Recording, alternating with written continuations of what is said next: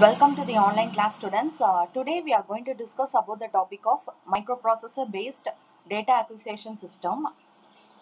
You can see this diagram here is nothing but my PLC diagram. In the previous class we have discussed about the PLC. So in the PLC we have three modules, is nothing but input module, CPU and output module. So today we are going to discuss briefly about this CPU module only, because this microprocessor is nothing but a CPU, central processing unit for the PLC. As a microprocessor based system or electrical system, so we have two modules here. One is a system software and another one is a system hardware. This is about the system hardware section. In the system hardware section, we have a discrete components and components connected by bus. What are the discrete components? Or we can tell it is a microprocessor, memory, and I/O device. And components connected by buses. Why components? We have to connect the microprocessor, memory, and I/O device. We need some bus, right? So that is known as your components connected by bus. We have three bus. One is a data bus, address bus, and control bus. And we have a ROM and RAM. ROM is nothing but my read-only memory. It holds the program that the processor executes, and RAM is nothing but my read-write memory. It holds the results of calculations and results of and other results of data processing. And you know very well about the ROM and RAM. And this ROM and RAM is connected to the address bus. Why this ROM and RAM is connected to the? I think ROM and RAM is connected to all the buses. Mainly the address bus is required for the microprocessor in order to give the or in order to store the results, input or output results. It has some location, right? So the microprocessor will take the address bus to store the results.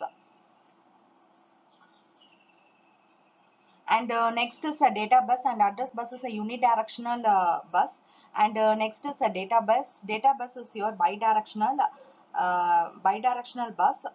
So bidirectional bus is nothing but it transfers the communication between the processor and the memory. So it has to connect, it has to send the information from the processor to the memory, as well as from the memory to the processor. So that is why the data bus is known as a bidirectional bus. And the final one is a control bus. The control bus is nothing but it read and write the timing signals. And I/O device is nothing but my input and output modules, where the information will collect in the input, and the output will be displayed in the output module. And already you know that input module, it converts analog to digital signal. So that is why here it is analog data and digital data. And all the buses are connected to the network interface card, and finally it is connected to the network, where we can send the details or send the information, send the programming to the network, and according to the programming done in the CPU, the PLC will get work. So next is your multiple loop controllers. Why multiple loop controllers means it is always better to have a single computer operates as a controller of more than one process control loop. In generally, it was done because computers were relatively large and expensive. So it shows that using of multiple loop controllers has exist. So it is always better to have a single computer and accessing a multiple loops. Okay, and this is the multiple loop controller example. And the main component is a multiplexer and demultiplexer. So the multiplexer and demultiplexer always allows the computer to read from various sensors. In the diagram itself, you can see multiplexer is nothing but multiple input and a single output. So the multiplexer is gaining input from these sensors. This is first sensor. Example, I'm talking about the sensor. It should not be a sensor. It can be any input device. And this is the third sensor, and this is the fourth sensor. All the sensor are given as an input to the multiplexer is nothing but my data acquisition system.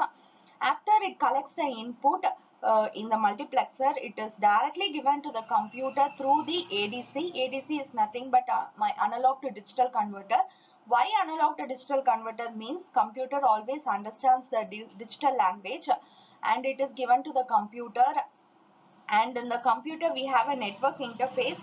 So this network interface allows a computer to communicate with other computers, so that you can have a computer here and it can be communicate with other computers, so that operating parameters of the plant can be updated. It should not be a plant, it can be any process control element, can be updated by through this network interface.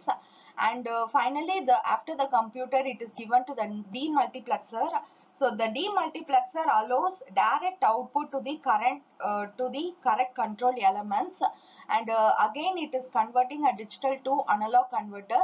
All this information are given to the process again after done all the process. So this is the overall explanation of the multiple loop controllers. So that's all about the microprocessor based data acquisition system. Before I conclude, I want to tell one important point why in the PLC microprocessor is used as a CPU. You just imagine the processor requires 50,000 machine instruction to process the data from a single channel.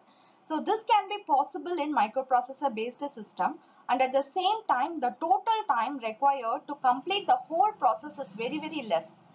So we feel that microprocessor based system is technically better to each control loop be controlled by a single computer. So that's why microprocessor has been used as a CPU in the PLC.